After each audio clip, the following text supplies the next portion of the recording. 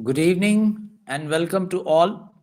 I welcome you for the online PSI's lecture series on the topic Mechanics of Respiration. With immense pleasure, I would like to introduce today's on-board speaker, an eminent personality in the field of physiology, Dr. Kamlesh Jha sir. Sir is professor in the Department of Physiology at AIIMS Patna. I would like to add to his contribution in the field as Sir is faculty in charge for the neurocognitive and sleep unit at AIIMS Patna. He is also in charge of the Advanced Center for Evidence-Based Yoga Therapy and Research Center at AIIMS Patna. Sir is a core faculty member of the Medical Education and Research Unit at AIIMS Patna. Sir is also a co-chairman for the Committee of Integrative Medicine at AIIMS Patna. Sir is an active member of Scientific Projection Evaluation Team Incubation Center of IIT Patna, plus American Clinical Neurophysiology Society, plus American Association of Sleep Medicine, and he is also an active member of Indian Society for Sleep Research Center. To his credit, there are round about 58 publications, out of which 25 publications are in PubMed and Scopus. To his credit, there is one book which Sir has edited, and there are 7 chapters to which Sir has contributed. There are various ongoing projects going under his guidance, and various projects has also been completed. These projects were granted research projects. They were provided grant by the ICMR, by the DST, and Sir is also a guide in various MD DM project work as well as co-guide for various research projects. He is actively also involved in the interdepartmental collaborations with many departments of AIIMS like psychiatry, pediatrics, physical, medical rehabilitation, ENT, medicine, obs and gynae of AIIMS, Patna. With immense pleasure, I would like to invite Dr. Kamlesh Jha sir to take over the stage for the given topic. Sir, now the stage is open to you. Thank you. Uh, good evening, all. Uh, I'm Dr. Kamlesh Jha, and today we are going to talk about mechanics of respiration. So, why mechanics of respiration? Because as a common man and as a medical fraternity, both way, we every day encounter some problems which are very unique, which needs little bit understanding of this mechanics of respiration per se to understand the problem and solve it. Let us start with a simple case study. This man, some 48-year-old, a porter by profession, sustained a small injury over a chest wall. This is a real incident when I was in internship. So I thought I should share it with you all. He got very small nick at the chest wall. The picture is not the real one; it is just representative. But the nick was exactly of this scale only. He reported to hospital within an hour of little discomfort, and he insisted for admission. So we did that. Gradually, he became breathless within an hour, and he collapsed in bed within no time. Even though the doctor was present at the bedside, CPR was done, but he could not be saved. So this was a kind of presentation that put everyone in dismay. What actually happened? And as a intern, it was a big shock for us that it's some small trivial injury. Why a patient could succumb at all? So this case actually represents that even a small insult to your chest wall can put someone in danger. Why? We will discuss this again in the end, what happened actually. But just to give you one line, this mechanics of respiration is of enormous importance, and we must understand it how our chest cavity, chest wall works, and what happens, how we inspire, how we expire, what are the pressure and volume changes in our chest cavity. So by end of this lecture, I expect from all my audience to understand the story of pressure gradient, that's environmental pressure, fuel pressure, alveolar pressure, transpulmonary pressure, what these terms are, the pressure changes during respiration, volume changes during respiration, and then all these are basically affected by the tissue properties. And so the important tissue properties like compliance, surfactant, then something called interdependence, elasticity, and a little bit of applied physiology related to it once again in the last. Well, so when we talk about the thoracic cavity, you all must have seen this drum. Our chest cavity just like a drum. So it has got a membrane on the superior border, then a big membrane or diaphragm in the inferiorly, and then all around a strong cage which is covered by various kinds of muscles that we all know. So this is basically three-dimensional structure, and when anyone wish to change its volume, we need to change with we need to play with its pressures, or if we wish to change the pressure, we need to play with its volume. So just to give you a brief introduction of this thoracic cavity, let me tell you, we have diaphragm which is below. So that diaphragm is basically a seat of uh,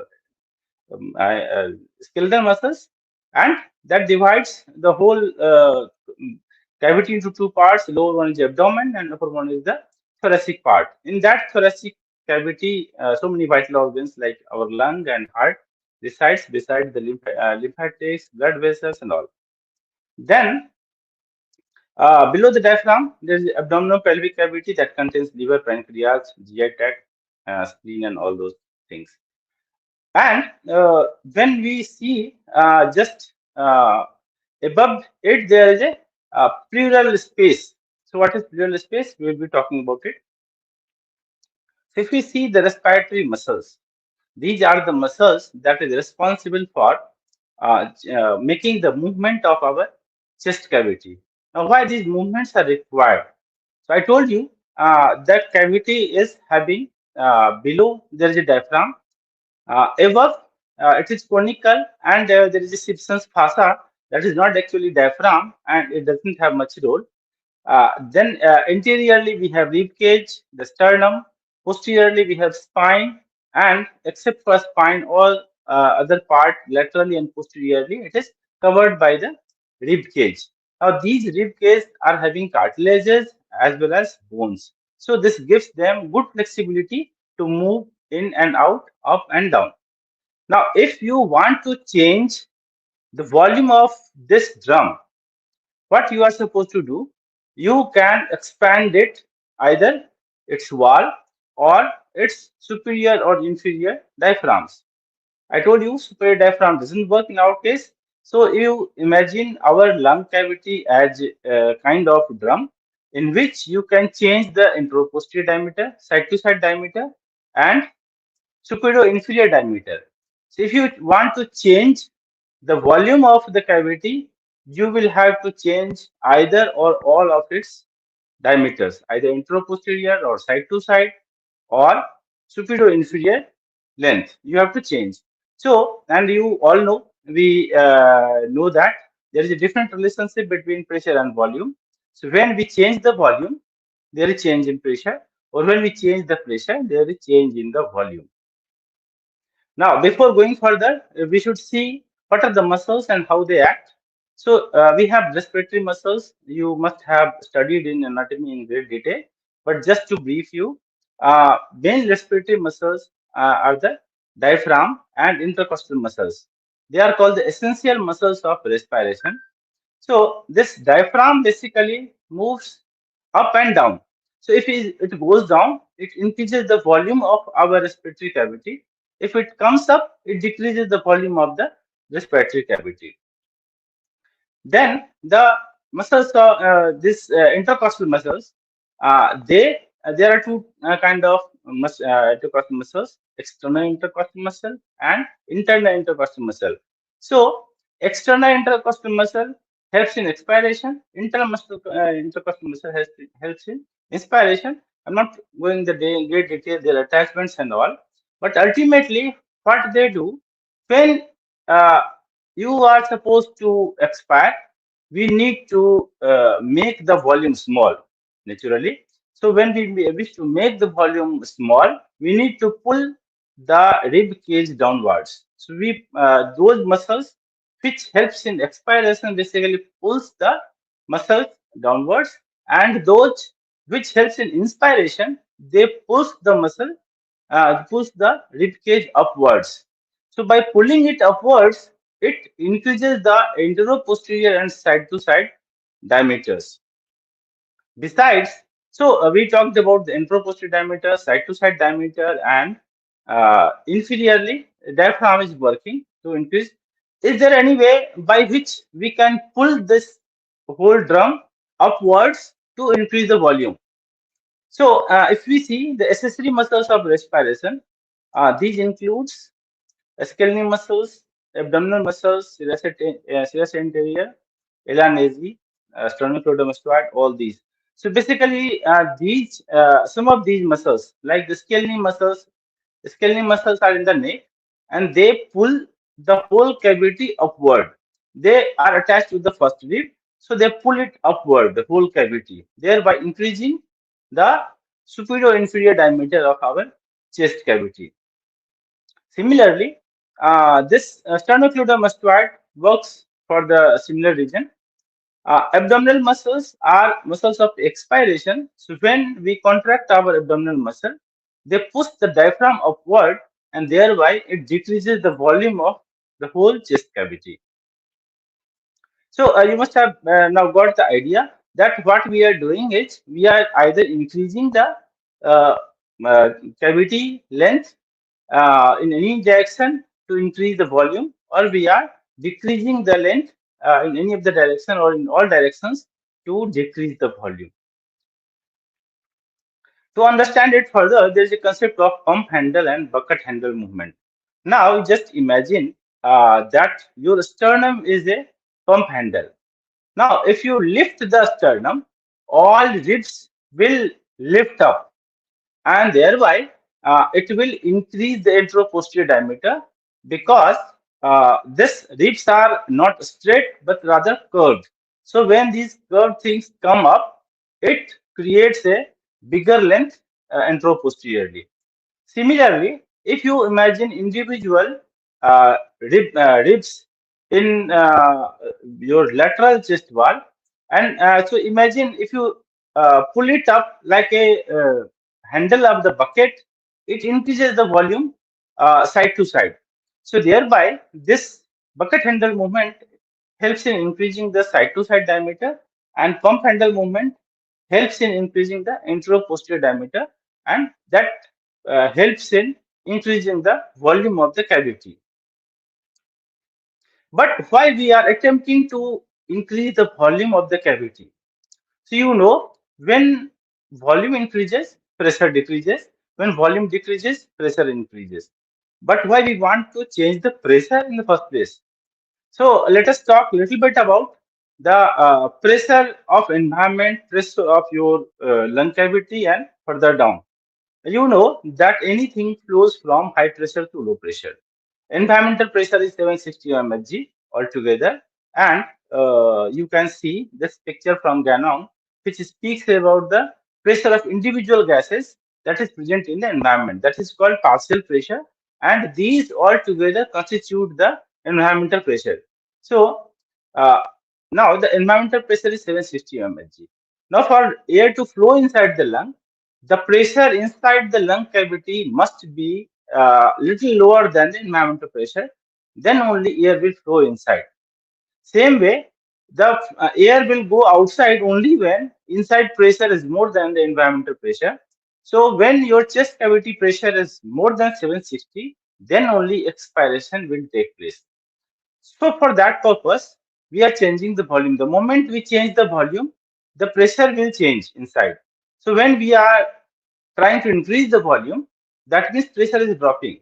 As the pressure is dropping less than 760, air will start flowing automatically inside your lung cavity. So you do not need any further machinery to suck the air inside from the environment. So even 1 mmHg change in pressure can help you uh, uh, taking enough of air inside for respiratory purpose. So now if you see here, uh, before going further, we have two layers of pleura, that is parietal pleura and visceral pleura. This pleura is basically a lining over the lung. You imagine lung is a bunch of this bunch of grapes or bunch of balloons. So imagine it is a bunch of balloons which is to be inflated. Now this parietal pleura is lining it all across, okay, and it is adhered to your lung. Then there is another layer. This is visceral pleura because it is adhered to the viscera. Then there is another layer that is called parietal pleura that is adhered to your chest wall. So there is a space, but this space we call it potential space. That is not a true space because when you see physically, you won't appreciate any space in between. But this is a potential space, and there is a thin lining of fluid in this space. So normally these are adhered together, just like we put two glass slides and in between we put a drop of water. And if we try to pull it out, it is very difficult. But if we wish to slide it over it, you can easily slide.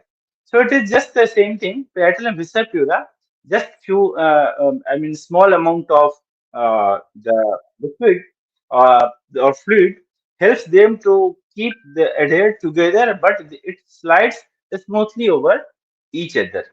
Now, our lung has got a tendency to collapse because the whole our alveoli is basically composed of elastic tissue, so it has got tendency to collapse. But our chest cavity has got tendency to expand. Now, this tug of war between these two actually helps our lung to keep on moving. So this tug of war creates a negativity in between them. If you see here, there is, if you can appreciate, this 760 mmHg pressure is present in the lung when you have just inspired enough and no further air is moving in. So now the environmental pressure and your lung pressure is same or the pulmonary pressure is same. So it is 760 mmHg. But because of the tendency of your chest wall to expand, it is still trying to expand and your lung is trying to collapse. So there is a tug of war between the two. Because of that tug of war, the pressure inside the pleural cavity is 756 mmHg. So the difference of 4 mmHg, which is called transpulmonary pressure. This transpulmonary pressure is responsible for keep your lung expanded. Now, in some books, you will find it in centimeter of water. Need not to get confused.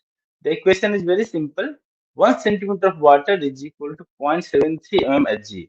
So, if it is in centimeter of water, you can multiply it by 0.73 to make it in mmHg and vice versa. So, we always use three terms, that is transpulmonary pressure, intrapulmonary pressure, and intrapleural pressure. Intrapleural pressure, that is pressure within the space and it is negative. Then intrapulmonary pressure, that is pressure inside the lung, which keep on changing during inspiration. It is negative. At end of inspiration, it becomes 760, that is equal to environmental pressure. And when we expire, we have to create it more than environmental pressure, that is more than 760 mmHg, so that air can go outside. So there is a variation of 1 to 3 mmHg pressure during inspiration and expiration, and that helps in the movement, smooth movement.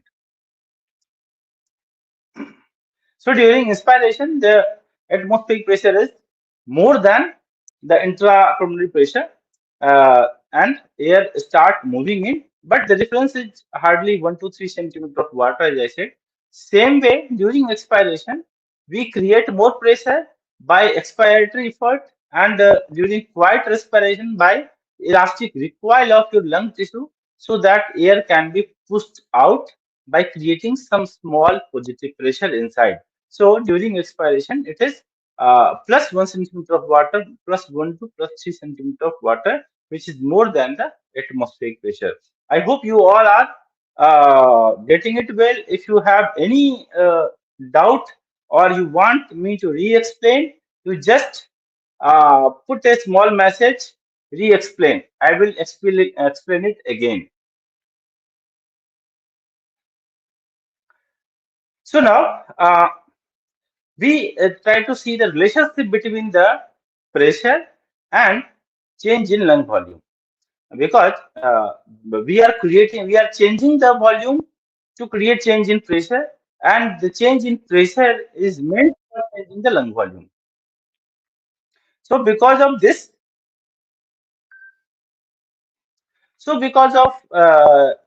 now we try to see what happens when there is change in pressure. So during respiration, the change in pressure is from minus 5 centimeter of water in the pleural space. Whenever we refer minus, it is the pleural space. So pleural space pressure changes from minus 5 centimeter of water to minus 7.5 centimeter of water. So this minus 2.5 centimeter of water change in pressure is responsible for how much volume of air. So it is 5 500 ml volume of air. That is our tidal volume. So at end of expiration, when we start inspiring, there is change in pressure from minus 5 to minus 7.5, and this minus 2.5 centimeter of water change in pressure is basically pulling the 500 ml air in our lung cavity during the normal quiet breathing. When we are putting effort, definitely we are creating more negative pressure, so pressure might go as high as minus 30, minus 40 centimeter of water, and the volume changes could be as high as your inspiratory reserve volume. So if we see this curve, we see that the maximum transpulmonary pressure is at end of your inspiration when the volume is maximum. So when your volume is highest, then the transpulmonary pressure is highest. Transpulmonary pressure, that means alveolar pressure minus pleural pressure. So transpulmonary, when we talk about, if we say transpulmonary pressure, it is it is not a negative value, because suppose your pulmonary pressure is 760 mmHg, and or we consider it 0 mmHg, and your pleural pressure is suppose minus 4 mmHg, then 0 minus 4, that is 4 mmHg. So transpulmonary pressure is 4 mmHg, and likewise you can compare. So same way, when we start expiring, the transpulmonary pressure is again changing accordingly. The lung volume is decreasing. So when your transpulmonary pressure is minimum, your lung volume is also minimum. This graph you must have seen in the guidance. Well, now we let us talk about the tissue properties. So when we talk about this change in volume and change in pressure, we must see that what are the factors that are responsible for these changes. So basically, these changes are caused by the tissue property itself, because our chest cavity is moving. So if suppose we have some problem with the chest cavity, maybe ribs, maybe muscles, so they will not act properly, they will not change the diameters properly, so the volume change will not take place. So even though we are creating pressure, the air is not moving in. Same way, there are various other factors, like if suppose your alveoli is fibrosed. So even if we are changing the pressure, volume change will not take place, because alveoli itself will resist the change in pressure. So if we see, the tissue property determines this change in volume or change in pressure. So basically, there are three important tissue properties that are responsible for determining this the change in the lung volume. These properties are called compliance, elasticity, and surface tension. So, what is compliance? So compliance, suppose I teach you, I take a class to you, I felt you understood well, and later on next day when I ask you something, you are not able to remember. So that shows that you are not having a good compliance because whatever effort I put, you could not reciprocate. Same way, compliance in the lung is when we are putting some pressure, we are expecting that there should be a reasonable change in volume. If that is not taking place, that means we say that the compliance is poor. So in layman term, we also call it distensibility and stretchability, but do not confuse it with elasticity. They are just opposite. So, compliance is basically change in volume per unit change in transpulmonary pressure.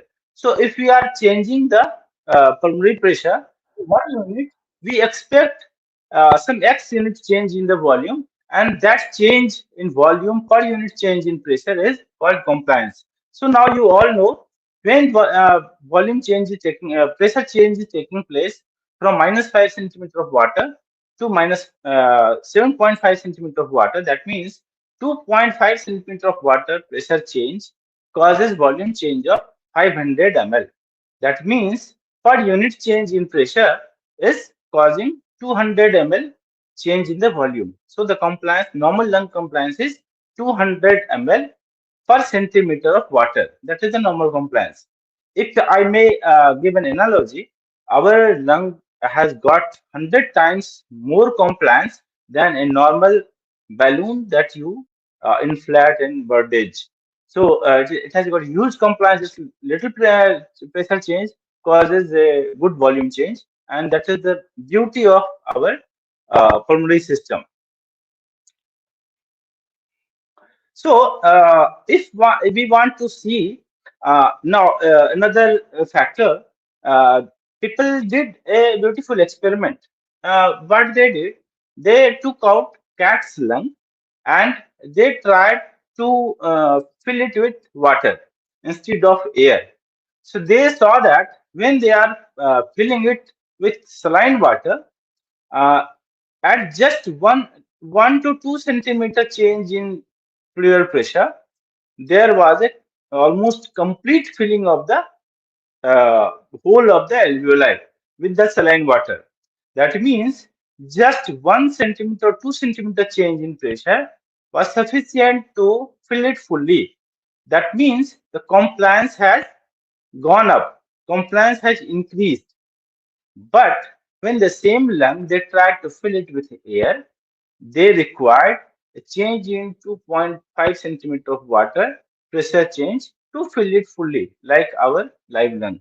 So why this happened? Why saline filled lung showed a bigger change in compliance? I mean, better compliance in comparison to this air filled lung.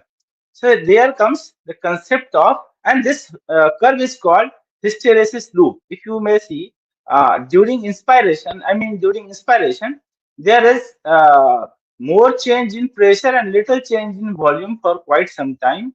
Then, with little more change in pressure, fills it completely. So that means initial part is bit resisted due to some factor we will be talking later about, and later on there is little resistance. So this initial resistance is because of something that is called surface tension.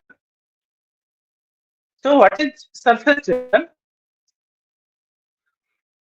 So before going for surface tension, let us see this beautiful diagram once again. This is a kind of graph, and if you see what they did, they tried to measure the compliance of lung, chest wall separately, and then the whole system. So they saw that when we try to measure the compliance of lung only, what we see, uh, this is the compliance graph of the lung only. Then this is the compliance graph of chest wall only. So at zero transformative pressure, that means if you are not changing any pressure or the equilibrium level, your lung is only 10% filled.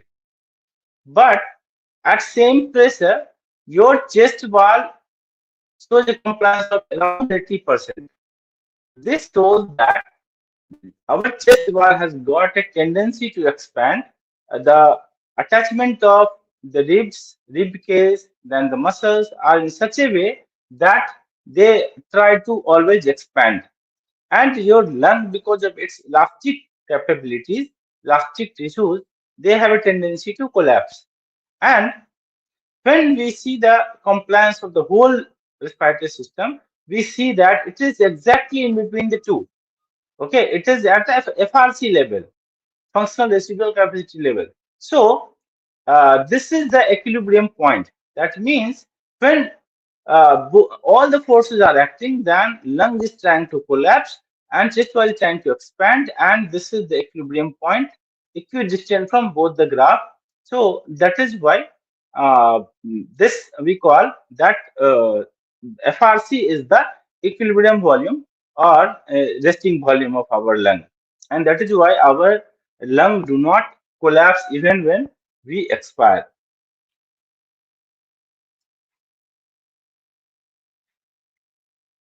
So lately we're talking about the elasticity. So I told you compliance and elasticity are just opposite. Elasticity is a tendency to return to its initial size after distension. So the tissue tries to recoil, and this recoil capability is dependent upon the content of elastin protein in your in the tissue. So if it is very elastic, it will resist distension. Okay, and it will try to recoil quickly. So definitely the compliance is basically a tendency to expand. So and this elasticity is tendency to recoil. So this elastic tension increases during the inspiration and is reduced by recoil during expiration. Now the surface tension. As I told you, when we filled the cat's lung with saline water, what showed? It showed that compliance has increased. That means with little change in pressure caused more change in volume. So, but same thing was not when we filled it with air. So why this has happened? We all know that our alveolar surface is lined by a thin layer of fluid that helps it to prevent cracking and damage of the epithelial layer. Now that water molecules have got a tendency to coalesce to form a bubble. We studied in our 11th, 12th standard that they have a tendency to coalesce, so they attract each other.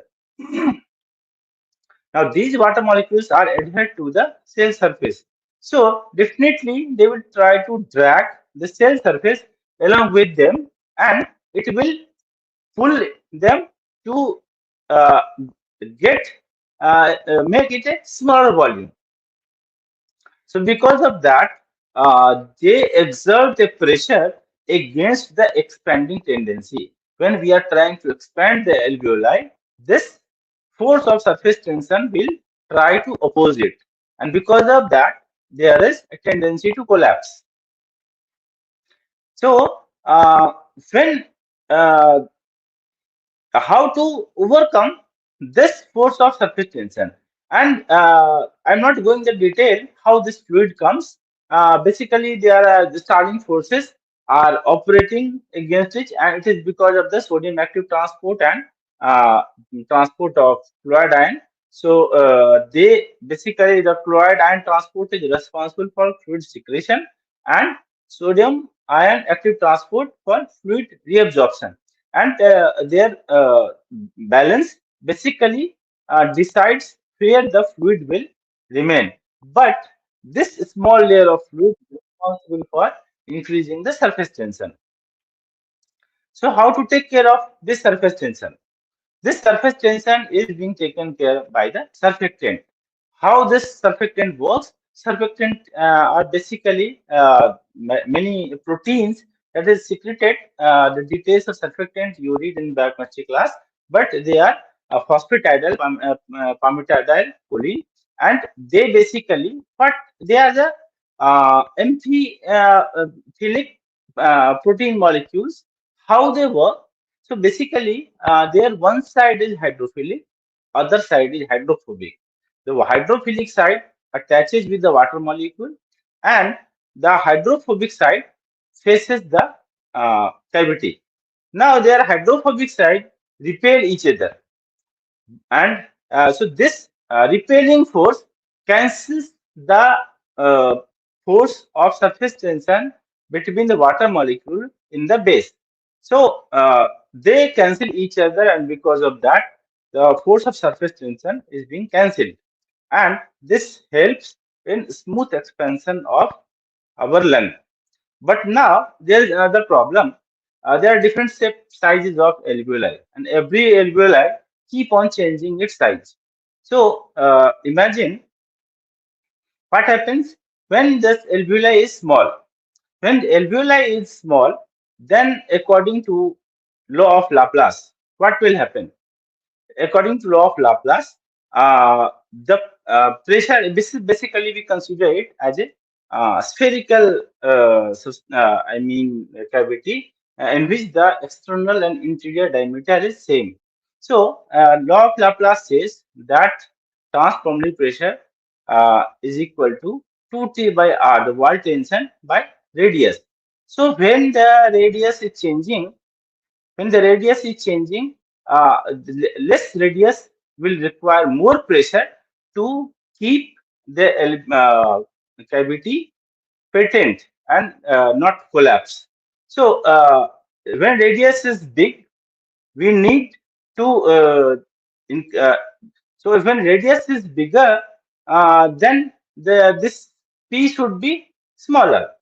So, or the T by R should remain constant to keep the alveoli distended at same pressure. So, how to keep this T by R constant? Because our surface tension force is being annihilated by the surface surfactant, and the amount of surfactant is constant in the alveoli. So, how it works? When the alveoli expands, then per unit surface area, surfactant becomes less. That means tension becomes more. So when R increases, the T also increases. So this makes the P constant so that the distending force remains constant, and we do not need to exert extra effort to keep our alveoli patent. This is how, and when radius decreases, then the per unit surface area of the surfactant is more because the amount is constant. So the per unit areas amount of surfactant is constant, and it becomes more. So when the radius is less, then T also becomes less. Tension becomes less because there is more surfactant. So this become constant. The T by R becomes constant. That is why this P remains constant.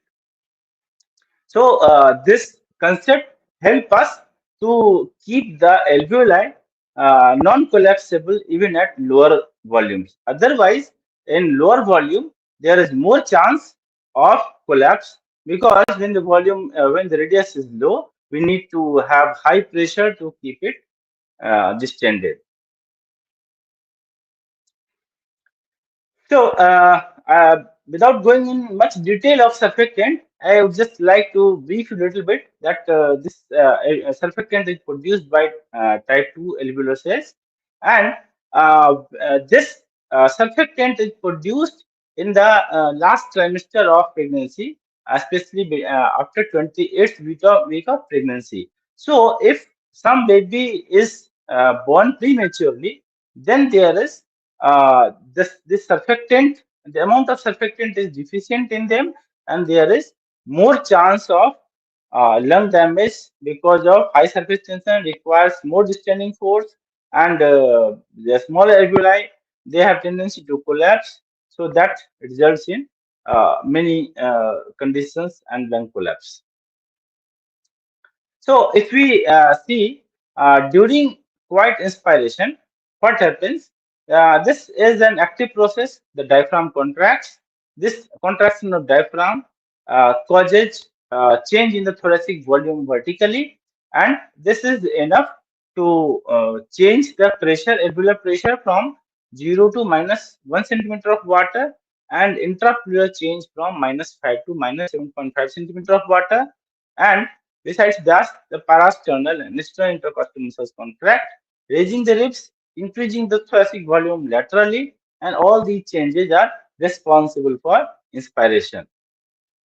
During expiration, expiration is a passive process because during quiet expiration, we need not to put all our expiratory muscles in action. Mainly it is the diaphragm which relaxes or recoils, and there is recoil of the elastic tissue of lung, and this pushes air outside. During expiration also, some part of diaphragm contracts for the purpose of braking action, so that there should not be violent expiration of the air. Now, if we see the work of breathing, why we need energy for breathing? We need energy for breathing for three purposes. One is to overcome the compliance work. Second is the tissue work, and third is the air resistance work. So when we talk about compliance, we know that if there is more fibrous tissue or more tissue, then we need to put more energy, more effort, and that so more tissue means there is less compliance. If there is less compliance, we want to increase the compliance, we need to put more energy into it. Second, this tissue resistance work, the energy that is required to make the air flow against the branches of your all the branches of your respiratory tree, and so that is basically the air resistance. And tissue resistance work is basically the movement of your chest cavity and all. So total energy required for breathing is 3 to 5% of total energy expenditure of a person per day. Now, before going to the applied aspect, the first and foremost example is emphysema. So, what happens in emphysema? If you may remember, so in emphysema, uh, what happens in emphysema? You all know there is a tissue damage, and because of that tissue damage, we lose the elastic tissue. So when we lose the elastic tissue, that means elastic recoil will be affected. That means elasticity is affected, so recoil will be affected, so expiration will be affected. But what about the compliance? Compliance, less elastic tissue means more compliance. So lung becomes more compliant because there is less resistance to the airflow, because less elastic tissue is there. So in emphysema, the compliance increases. So increase in compliance doesn't mean always good and healthy for the lung in certain circumstances. Now, taking the opposite example, say fibrosis. In case of fibrosis, because there is more tissue which is opposing the expansion of alveoli, so in that case, compliance will decrease. I had one more slide of compliance. I just missed to putting it in. Uh, but talking about compliance, I would like to tell you one more thing before going to applied physiology. When we are talking about compliance, we talk about one very important aspect. 2.5 centimeter of water is causing 500 ml change in the volume, right? So change in volume per unit change in pressure, we calculate and we say that this much is the compliance. Now you take an example of say one elephant and one rat. That elephant, if we calculate the compliance, The change in pressure, hypothetically, suppose if it is 10 centimeter of water, and change in volume, suppose if it is, say, 20 liter. So that means 20 liter divided by 10. That is the compliance of an elephant. But if you take the example of a rat, so definitely pressure changes might be 2-3 centimeter of water, but then the volume changes must be around 10-20 ml because of its size. So this shows the fallacy of the calculation or compliance. So what we put forward the change in volume per unit change in pressure formula, that is called static compliance. This static compliance doesn't explain when there is change in the size of the chest cavity and change in the size of the lung. So the more workable formula is uh, specific compliance. So what is specific compliance? Specific compliance, what we do, we divide this static compliance by FRC, functional residual capacity. You must be knowing the functional residual capacity. It is the amount of air that remains in our lung all the time. So this FRC, if we divide, then it gives a value of a specific compliance, and then the effect of size can be negated. For example, if you are calculating the compliance of an elephant and a rat, in that case also, because elephant has got bigger FRC, so and rat has got a smaller FRC. So when you divide the static compliance by FRC, it comes same or similar. So that is how we compare the compliance.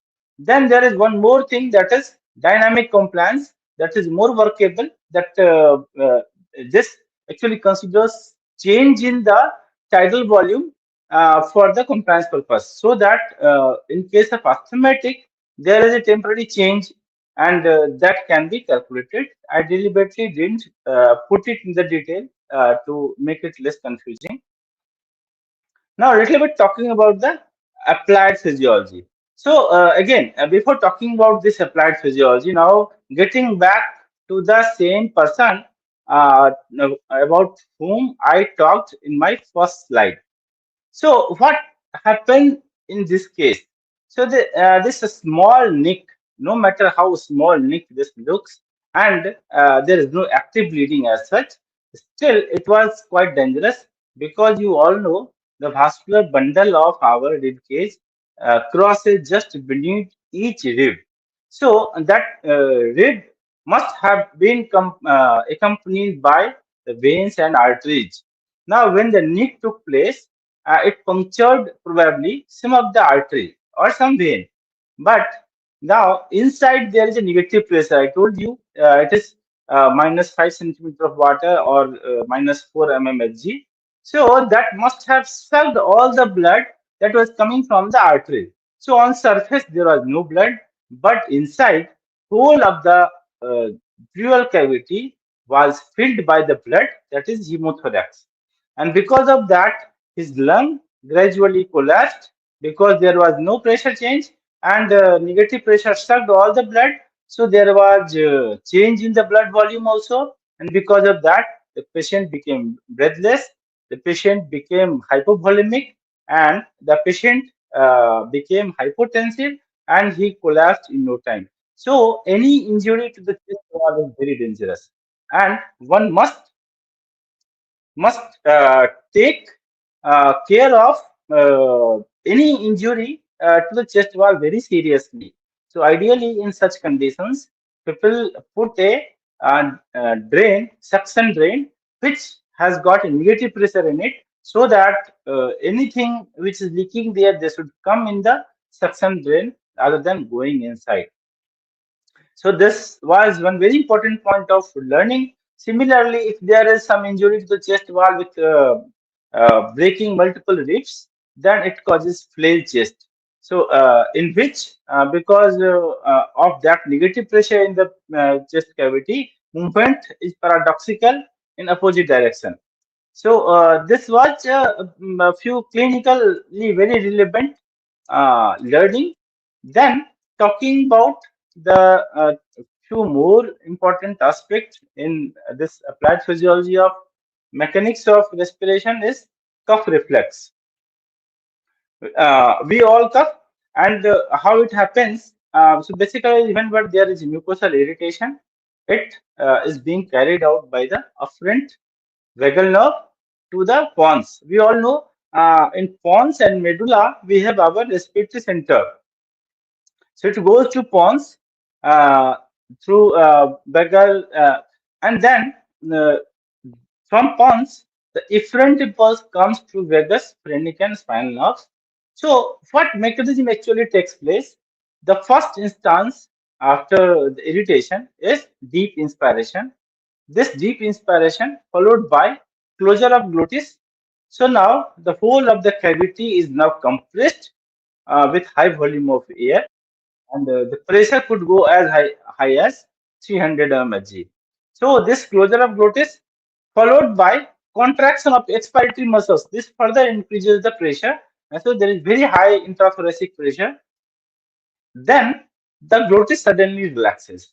So this sudden relaxation of glottis uh, and the compressed air inside. So air comes like anything, and this flushes all the our mucociliary surfaces, and the air velocity can be as high as 800 kilometers per hour. So this is basically cleaning mechanism of our respiratory system.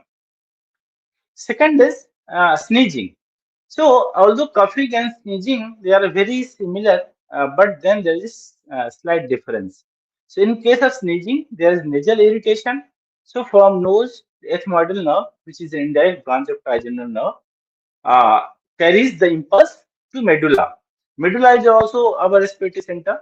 So, in medulla, this reflex is being generated at the same time, just like, and then afterwards, it is just like cough reflex. The only thing is that most of the air is directed through nose because it is mainly meant for the nasal clearance. Along with that, there is a ophthalmic phase, that is congestion, edema, eye closure. Uh, so all these ophthalmic phase is taking place to the sphenopalatine ganglion. You must have studied the anatomy of sphenopalatine ganglion. So they are also getting communicated from medulla, and because of that, this takes place. So you must have noticed that you cannot sneeze keeping your eyes open. Then one last thing, that is Valsalva maneuver. So Valsalva maneuver, it is very common, and when we go in flights and other places, we practice Valsalva maneuver to keep the air pressure in our middle ear equated with the environment. So what is Valsalva maneuver? So basically, it is the forced expiration with partially closed glottis or closed glottis. So what we do, we take deep inspiration, and then we close the outlets, mouth and nose, and then we try to expire, or we try. So ideally, glottis should not be closed, and then we try to expire. So that pressure is generated inside. It is not only helpful in keeping the middle ear pressure constant, but it also very helpful for testing our autonomic nervous system because it is responsible for changing the uh, pulse rate, I mean the heart rate and blood pressure. So Valsalva maneuver is associated with very beautiful change in the pulse and heart rate and blood pressure pattern. So it is a kind of autonomic function test also. Second is Muller's maneuver. It is just opposite the Valsalva maneuver. So we close our nose and mouth and we try to inspire maximally and forcefully. So during Valsalva, there is a high pressure generation inside the chest cavity. In Muller's maneuver, there is negative pressure generation inside the chest cavity because we are inspiring, but air is not flowing inside. So we are increasing the negative pressure in our chest cavity. In certain circumstances, ENT surgeons suggest patients for for doing the Muller's maneuver. So with this, I would like to conclude. So just a take-home message from, or I may summarize the whole thing. So we talked about the mechanics of respiration in terms of how the volume changes take place just by changing the diameters, the anterior-posterior diameter, the side-to-side diameter, and superior-inferior diameter of our chest cavity with the help of expiratory and inspiratory muscles. And this change in volume responsible for creating change in the pressure inside the chest cavity. So when we wish to inspire, we decrease the pressure inside the chest cavity. When we need to expire, we increase the pressure inside the chest cavity. Then we saw the change, the relationship of change in pressure with the change in volume. That is second thing. Then we saw what are the factors that determines this whole mechanics, especially the change in volume and change in pressure. So we talked about compliance, surface tension, tissue elasticity, and then we discussed a little bit of the applied aspects. So thank you. If you have any question, you can put. I will be happy to explain some of the concepts again if you wish. Thank you. Dr. Kamlesh, Yes, sir. it was so nice to have you here, and you have covered the all the points on mechanics of respiration with a great detail, and it was so nice to listen to you. And Thank you, sir. actually, before we go for all the questions, the one question from I think Arunjati Talukdar. Yes, sir. That he has she has mentioned, he or she, I'm not very sure. Arunjati, I think he. Please explain work of breathing once more. Yes. Okay, sir. Uh, So, uh, there are actually, Dr. Kamlesh, there are quite a good number of questions. So yes, sir. only this one is like you may need the PowerPoint. That's why I am Yeah. taking this question first. Okay, sir. Thank you. Yeah. So, just I will project my PowerPoint once again. Yes, that's what I thought also. Yeah. So basically, when we think of work of breathing, we why we need to discuss about work of breathing in the first place. You must have seen people with asthma and many other restrictive or obstructive lung disease. They are more exhausted. They have most of their energy is spent in the respiratory work. But because respiration is a 24-hour event and less and it should be energy efficient. So why energy is required? That is the purpose of work of breathing. So energy is required to overcome the compliance work. Compliance work means the compliance is determined by the mechanics that is opposing the airflow. So that is this because we have seen in the compliance diagram. If I may go back to compliance diagram, you see that in the initial part, this hysteresis loop may be a little more flattened to explain it better. In initial part, it is more flat. That means even if there is a change in pressure, there is very little change in volume because of inertia and the tissue elasticity and all. So this work is being overcome by the active process, the active energy. So that is the compliance work, and that requires some energy. Then uh, energy is required for tissue resistance, like right from your chest cavity. If suppose someone is obese, okay, then their muscles have to work more to overcome and expand to the same extent. If someone is having belly fat, then their abdominal muscles might not be as efficient, or they are putting an additional pressure. So these are the tissue resistance work. So compliance work, then so compliance work is basically working against the lung tissue. The tissue resistance work, that is more uh, to overcome the external tissue like rib cage and other structure, mechanical structure of ours. Then the air resistance work when the work is the energy is spent more when there is say constriction of airway like in asthmatic patient or more expiratory work because airway is narrowed and in limited time they have to expire. So compliance work that means resistance from lung tissue, tissue resistance work mainly pertaining to the chest wall factors, and airway resistance work pertaining mainly to the smooth muscles of your respiratory tree. So all these three together is counted in the work of breathing. So if any of these changes, for example, if someone is having say I mean myopathy, so in case of myopathy, they have to put more effort to make your chest expand to the same extent. So more energy will be required. Same way, if someone is having asthma, more airway resistance increase, so more energy expenditure will take place. Same way, if someone is having less compliance because of fibrosis of alveoli, in that case, more energy will be required to inflate the lung to the same level. So these are the three the energy consuming processes, and that determines the total energy, daily energy expenditure in normal and diseased persons. So I hope I am clear now.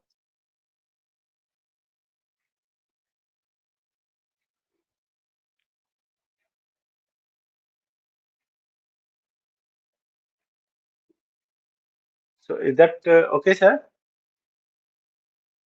Sir, your voice is not coming. You are muted, it Thank you. seems. Thank you. Sorry. I was muted. Yeah. Thank you, Dr. Kamlesh. Now we will be taking more questions. Next one is from Pronisa Viswas.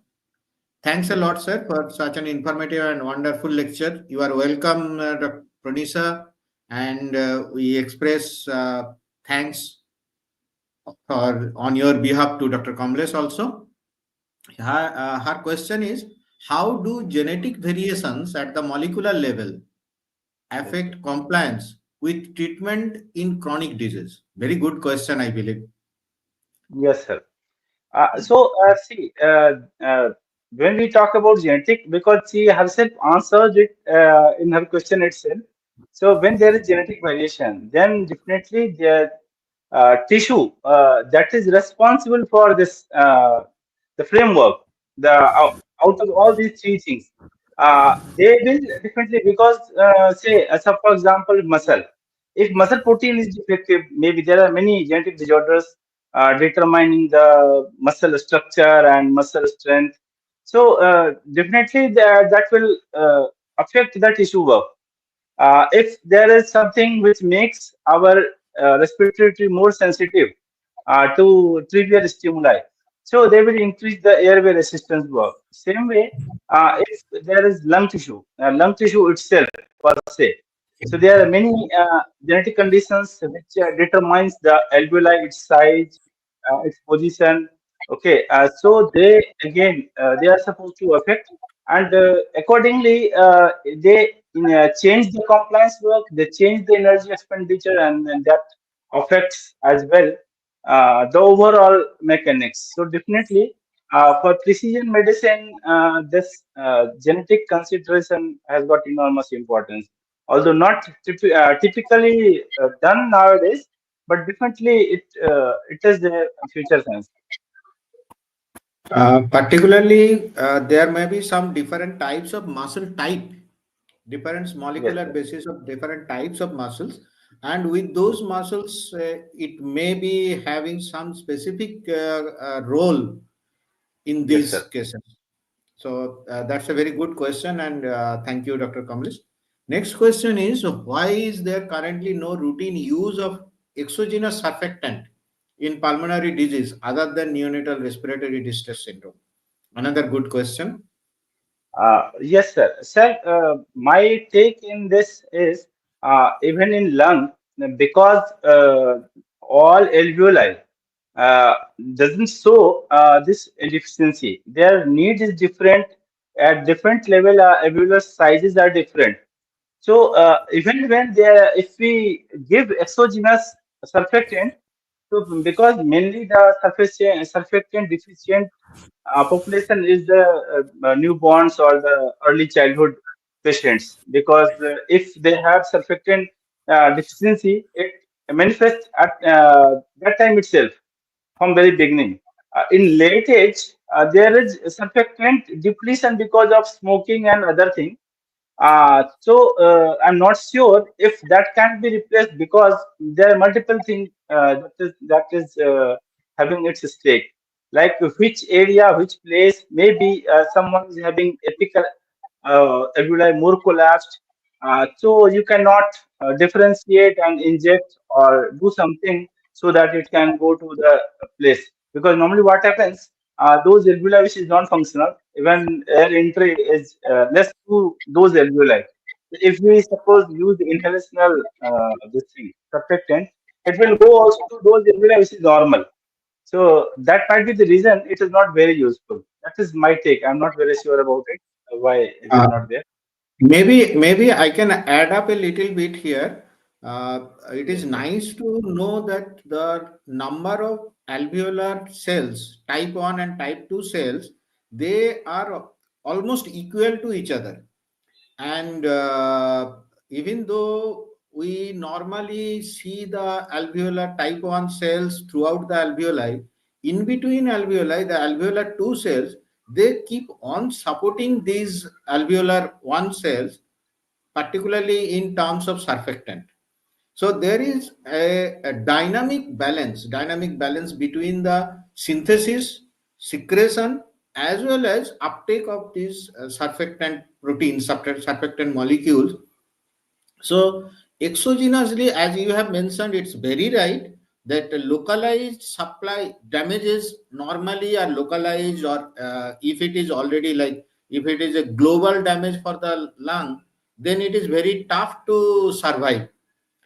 And only Yes. localized areas, it is till now we don't have any specific way to target only those damaged alveolar type 2 cells or damaged alveoli only.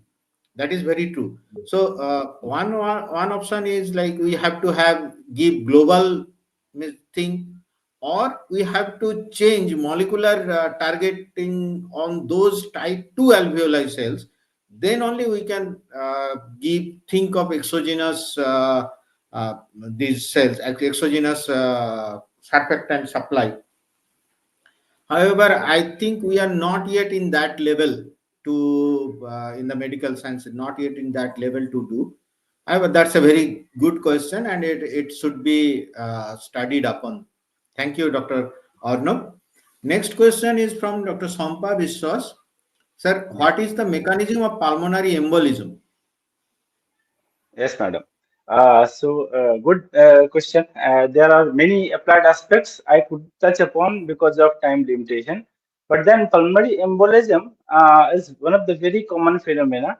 And the commonest one is if some patient is long bedridden. Like I have seen a couple of cases in which people had fracture, limb fracture. He was especially lower limb fracture. He was bedridden for a couple of months with plaster and all, and when they got up, suddenly they got this pulmonary embolism. It typically presents as a excruciating chest pain and sudden death in many instances. So what happens when there is less muscular activity, then there is venous stasis. This is also very common in pregnancy or post-pregnancy ladies, because they have procoagulant kind of phenomena. So this small emboli, because it is venous emboli, the straight way goes to our right atrium, then right ventricle, and from there it goes to pulmonary circuit.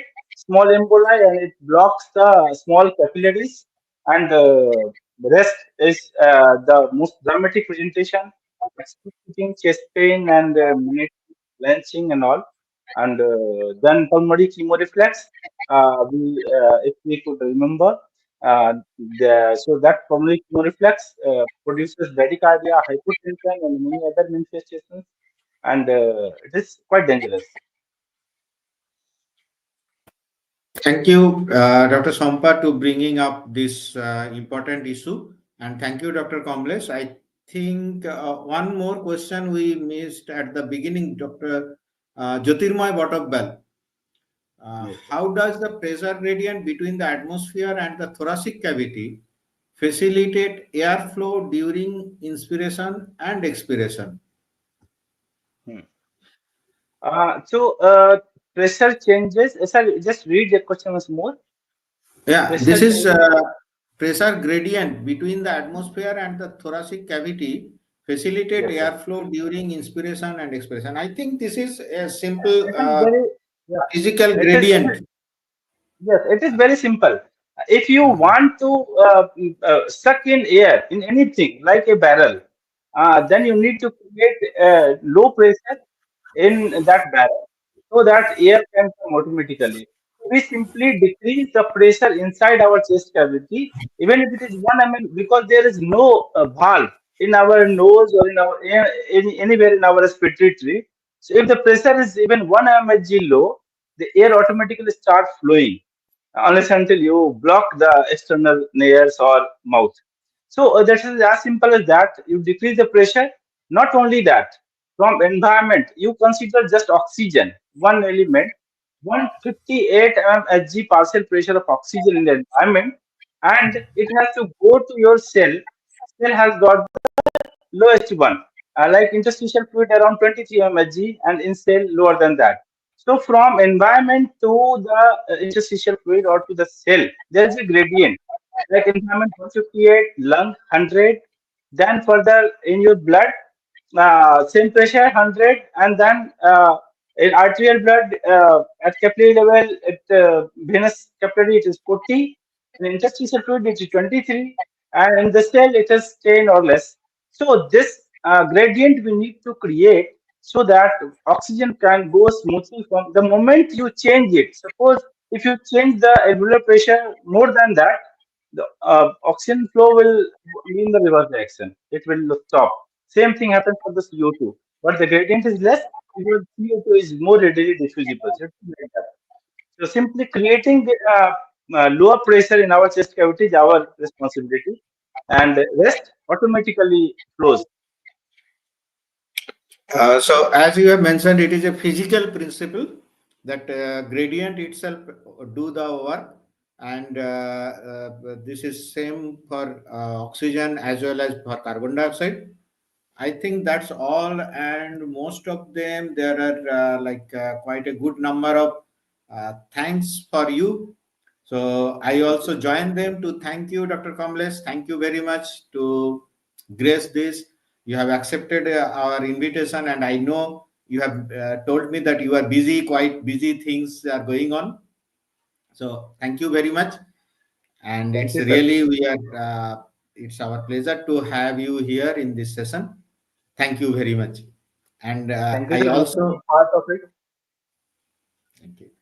Maybe we can have our next coming session. Sometime we may invite you again, and we can have detailed discussion in other topics. And in case anyone wish to contact you, will you like to share your email ID? Yes, sir. I always welcome them. So my email is drkamleshjha@gmail.com. Simple drkamleshjha@gmail.com.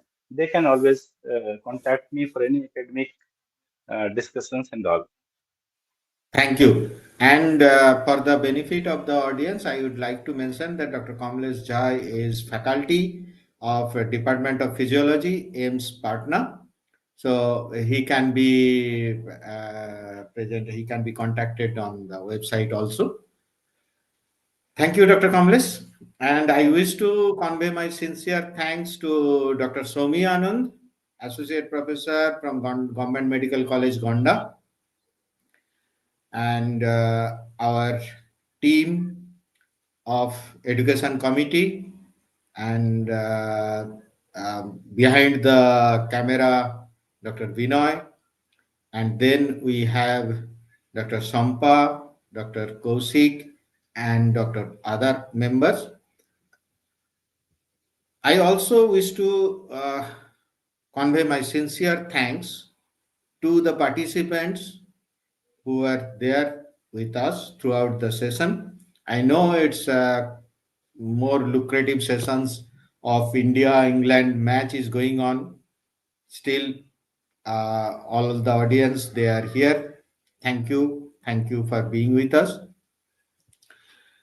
Our next session will be there in the month of February, fourth Saturday, that is 22nd February. We will be bringing you the similar session. Thank you all. Thank you again. Thanks a lot.